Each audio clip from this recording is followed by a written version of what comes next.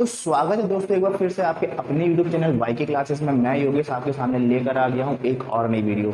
जी हाँ दोस्तों, जैसा कि आप लोग देख पा रहे हैं कि आज बोर्ड पर एक मैंने डेट लिख रखी है जिसका डेट है दोस्तों 16 दिसंबर 1971। जी हाँ दोस्तों, ये डेट कोई मामूली डेट नहीं है दोस्तों। अगर आप लोग इतिहास उठा के देखेंगे दोस्तों तो इस डेट का जिक्र दोस्तों, या ये डेट ऐसे बोल सकते हैं कि इस डेट को दोस्तों गिनीज बुक में दोस्तों ये डेट अपने आप में दोस्तों ये रिकॉर्ड है।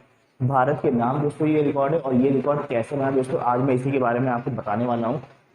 दोस्तों ये शुरू होता है जब इसकी मैं आपको समझिएगा 3 दिसंबर 1971। जी हाँ दोस्तों, ये वही तारीख थी जब ये दोस्तों इतिहास बनना शुरू हुआ।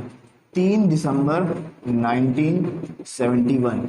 दोस्तों 3 दिसंबर 1971 को क्या हुआ था, पाकिस्तान ने दोस्तों भारत पे हमला किया था। यहाँ पे लोंगेवाला एक पोस्ट है दोस्तों। अगर आप लोगों ने एक मूवी देखी होगी, बॉर्डर मूवी एक आई थी जिसपे जो सनी देओल जी ने जो किरदार किया था, या जो पूरी मूवी बनी थी वो दोस्तों यही थी कि उसमें पाकिस्तान ने किस तरह से मतलब लोंगेवाला पे पाकिस्तान को ये भनक लग चुकी थी दोस्तों कि लोंगेवाला जो पोस्ट है वहाँ पे भारत के सिर्फ 120 जवान है, और वहाँ पे हम लोग उसको इजिली वहाँ पे हम लोग इसको कैसे कर सकते हैं, कब्जा कर सकते हैं।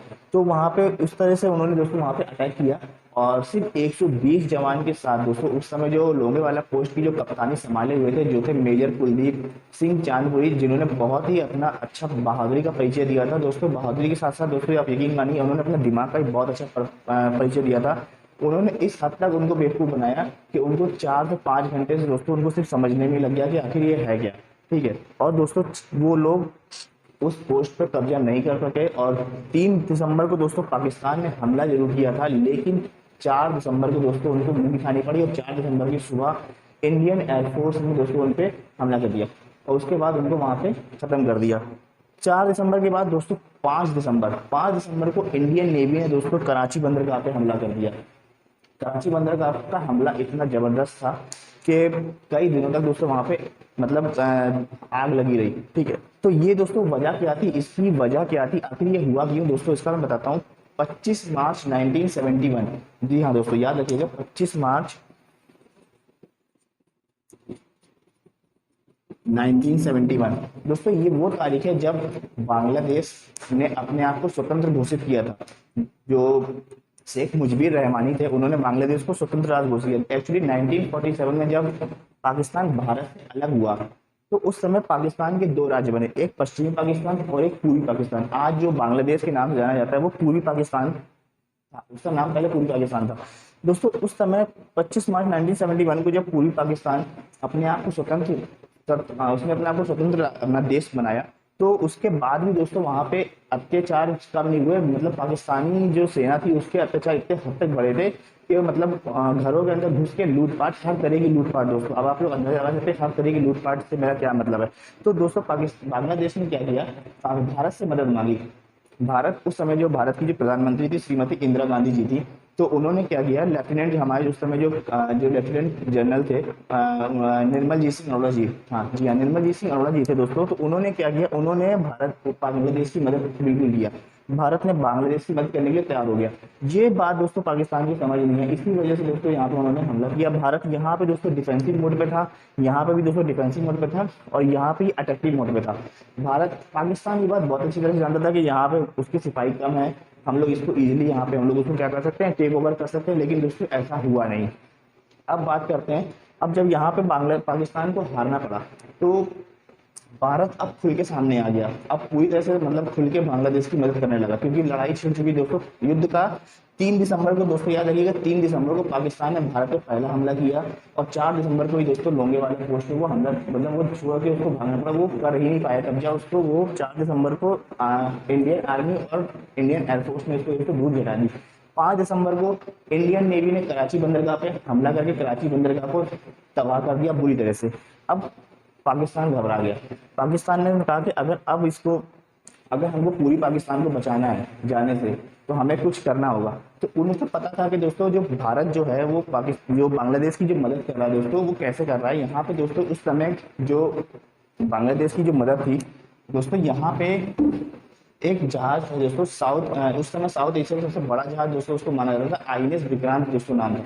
आईएनएस विक्रांत दोस्तों अगर आप लोग पढ़ेंगे तो आईएनएस विक्रांत उस समय का बहुत बड़ा जहाज था दोस्तों। इतना बड़ा था कि उसके ऊपर से दोस्तों कई aeroplane, fighter aeroplane take off कर जाते थे, उसमें 6 महीने तक दोस्तों आप लोग मतलब सर्वाइव कर सकते थे।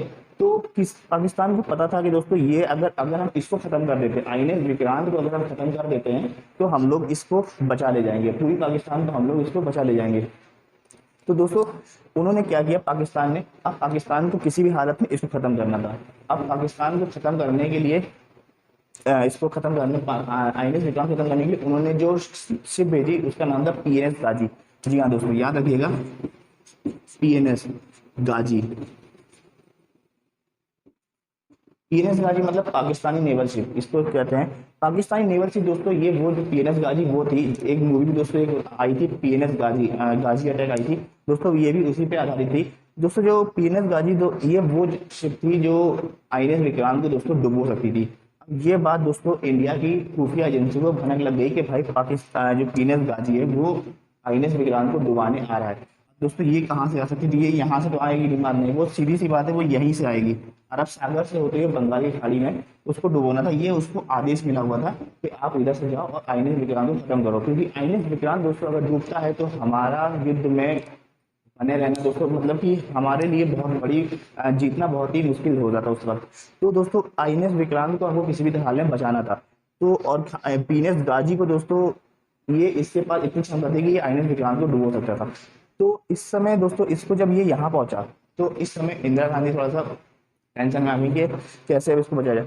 तो उस समय क्या किया, आईएनएस पीएनएस गाजी को अगर दोस्तों कोई डुबो सकता था तो वो था आईएनएस राजपूत। जी हाँ दोस्तों याद रखिएगा, पीएनएस गाजी को अगर कोई डुबो सकता था तो वो आईएनएस राजपूत था, इंडियन नेवल शिप राजपूत। लेकिन उस समय क्या था थोड़ी सी, उस समय आईएनएस राजपूत का इंजन दोस्तों खराब हो चुका था और वो विशाखापट्टनम दोस्तों, जी हाँ वो विशाखापट्टनम में दोस्तों था। तो इन्होंने क्या किया, भारतीयों ने क्या किया, दिमाग लगाया। कैसे, भारत कहीं ना कहीं ये बात जानता था, वो उसने सोचा था कि यह पीएनएस गाजी को इधर से अच्छा मतलब क्यों ना हम, क्योंकि आईएनएस राजपूत खराब पड़ा हुआ था, उसका इंजन खराब था इसलिए वो कहीं जा नहीं सकता था, तो क्यों ना हम पीएनएस गाजी को आईएनएस राजपूत के सामने लेके चले आए।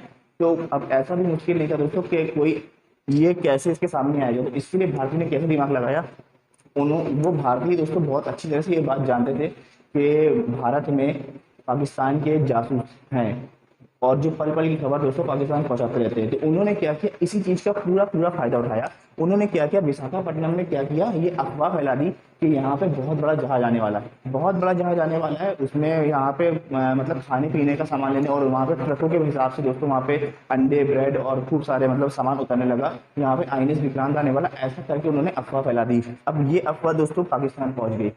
ये न्यूज जब पाकिस्तान पहुंची तो उनको पता चला कि यार जो आईएनएस विक्रांत है वो यहाँ पे तो है ही नहीं, वो तो विशाखापट्टनम गए, ठीक है। तो ये जो गाजी था ये यहाँ की जाने की वजह दोस्तों ये यहाँ मुड़ गया, यहाँ मुड़ गया दोस्तों। अब आप समझ सकते हैं वहां मुड़ गया जहाँ पे आईएनएस राजपूत पहले से ही वहां पे खड़ा हुआ था। जी हाँ दोस्तों, अब आईएनएस राजपूत दोस्तों इसका आईएनएस गाजी का सामना करता है, और दोस्तों इससे पहले कि ये कुछ समझ पाता आईएनएस राजपूत ने इसको गिरा दिया, डुबो दिया। दोस्तों पीएनएस गाजी डूबते ही पाकिस्तान की कमर टूट गई कि एक खराब जहाज से दोस्तों उन्होंने पीएनएस गाजी को गिरा दिया, ठीक है।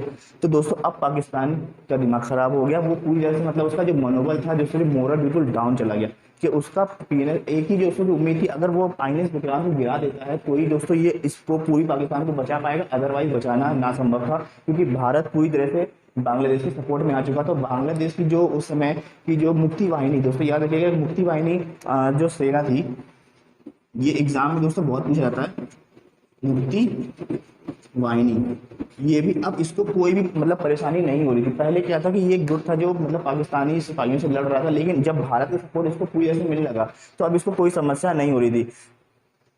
आईएनएस विक्रांत से दोस्तों इसको यहाँ से इंडियन नेवी और इंडियन एयरफोर्स की पूरी पूरी सहायता मिल रही थी, तो अब इसको भी काम करने में आसानी नहीं हुई थी, आसानी से ये चुन मारने लगे उसमें, ठीक है। तो अब देखिए क्या हुआ कि पाकिस्तान ने फिर एक चाल चली, उसने क्या किया, यूएनओ में जाकर क्या कर दिया, यूएनओ में जाके अपना मुद्दा उठा दिया कि भाई पाकिस्तान जो भारत है भाई वो हमारे बांग्लादेश में घुस के मार रहा है, मतलब जो कमजोर है उनको मार रहा है, ऐसा उन्होंने बोला यूएनओ।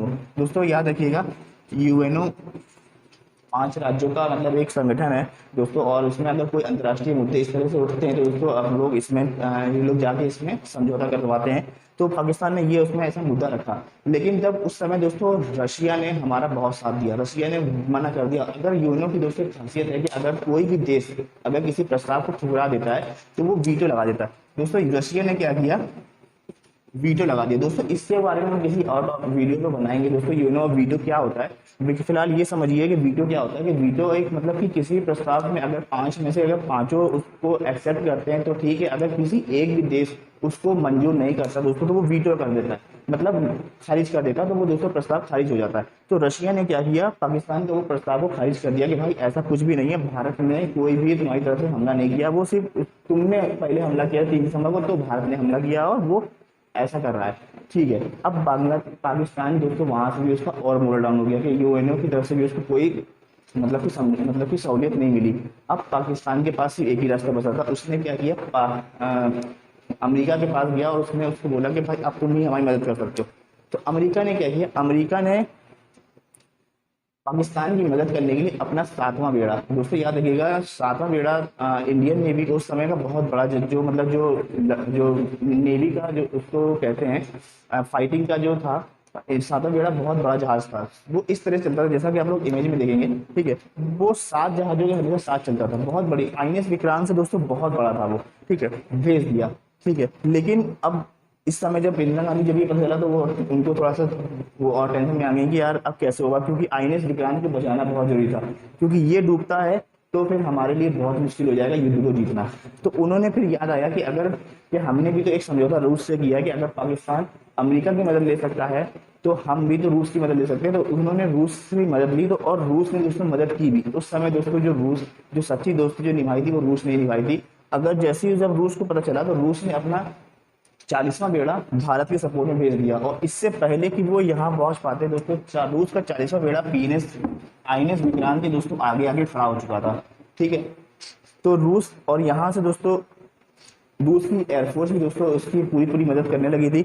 अब यहाँ से अमेरिका का 7वां बेड़ा और ब्रिटेन का ईगल, दोस्तों याद रखिएगा ब्रिटेन का ईगल और 7वां बेड़ा पाकिस्तान का, यहाँ पे एक बॉर्डर जैसा बन गया, ठीक है। और रूस का 40 बेड़ा।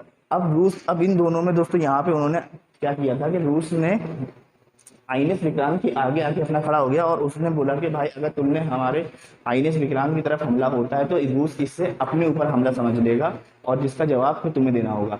तो उन्होंने फिर धमकी दिया कि भाई ऐसा है कि अगर हमारे पास परमाणु बम है, तो उसने ही परमाणु बम की धमकी दी गई, ठीक है दोस्तों। लेकिन उसके आगे अमेरिका और ब्रिटेन ने दोस्तों एक शब्द भी बोला था कि वी आर टू लेट। ये लाइन दोस्तों ब्रिटेन ने बोली थी, मतलब इसका मतलब है कि मतलब हमको बहुत देर हो चुकी है, हम तो पहले भी वहां पहुंच चुका, अगर हम अब जाते हैं तो नुकसान सबसे ज्यादा हमारा ही होगा। इस वजह से उसने उसको घुसने नहीं दिया दोस्तों। अभी देखिए, अब बात आती है 16 दिसंबर। तो जब यहाँ पे ऐसा हुआ कि इन्होंने क्या किया, जब ये इसको एंटर नहीं होने दिया तो इसके बाद इनको यहाँ से मजबूरी में वापस जाना पड़ा। रीजन था कि दोस्तों ये पहले ही वहां पे पहुंच चुका था, ठीक है। तो अब यहाँ पे जब इन्होंने देखा तो इन्होंने क्या किया, इंडियन आर्मी ने और एयरफोर्स ने मिलके जो वहाँ के जो गवर्नर थे एच मलिक दोस्तों, जी हाँ, जो पूरी पाकिस्तान के जो गवर्नर थे, जैसे कि पूरी पाकिस्तान के जो गवर्नर थे उनका नाम था एच मलिक, उनके घर पे हमला बोल दिया। हालांकि उस समय घर पे थे नहीं तो वो बच गए, लेकिन जो घर की उनकी जो हालत थी वो बहुत ही ज्यादा हालत खराब हो गई थी। इस डर से उन्होंने दोस्तों अपना त्याग पत्र दे दिया।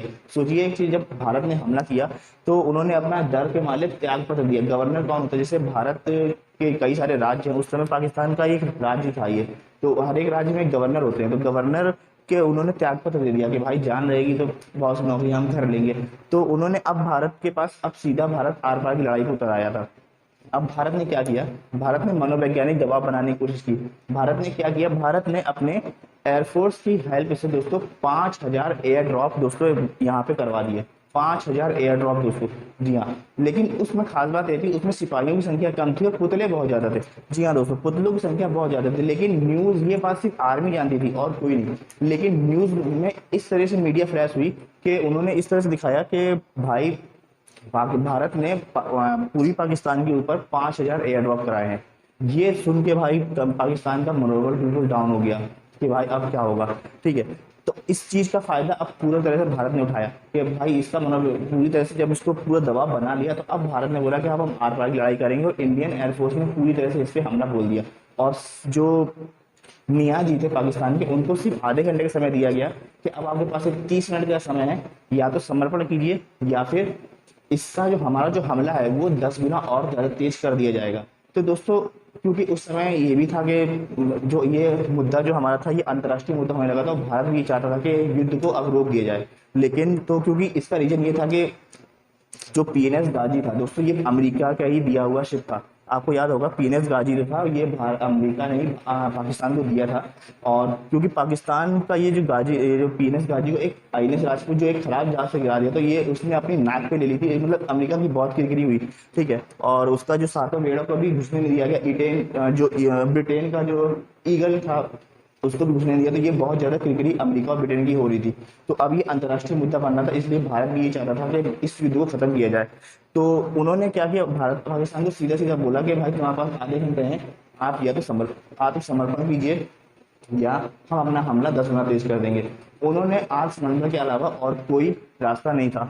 तो उन्होंने 16 दिसंबर 1971, जी हाँ दोस्तों 16 दिसंबर 1971, याद रखिएगा 3 दिसंबर को दोस्तों युद्ध स्टार्ट हुआ, और 16 दिसंबर यानी मात्र 13 दिन में आत्मसमर्पण लिखवा लिया था। और टोटल दोस्तों जो समर्पण हुआ था दोस्तों, याद रखिएगा 93,000 सैनिकों ने दोस्तों आत्मसमर्पण किया था। ठीक है, 93,000 सैनिकों ने आत्मसमर्पण किया था, अपने स्टार वगैरह और बंदूक नीचे करके डाउन कर दिए थे। और उस तरह से उन्होंने बांग्लादेश पूरी तरह से जो स्वतंत्र हो पाया था। तो इस तरह से बांग्लादेश दोस्तों बना था। तो आज का वीडियो दोस्तों मेरा यही था बताने का कि 16 दिसंबर कैसे इस तरह से मतलब अपने आप में एक मतलब रिकॉर्ड है गिनीज बुक में इसका नाम। इसी वजह से दोस्तों याद है कि 16 दिसंबर 1971 को 93,000 सिपाहियों का दोस्तों आत्मसमर्पण करवाया था भारत ने।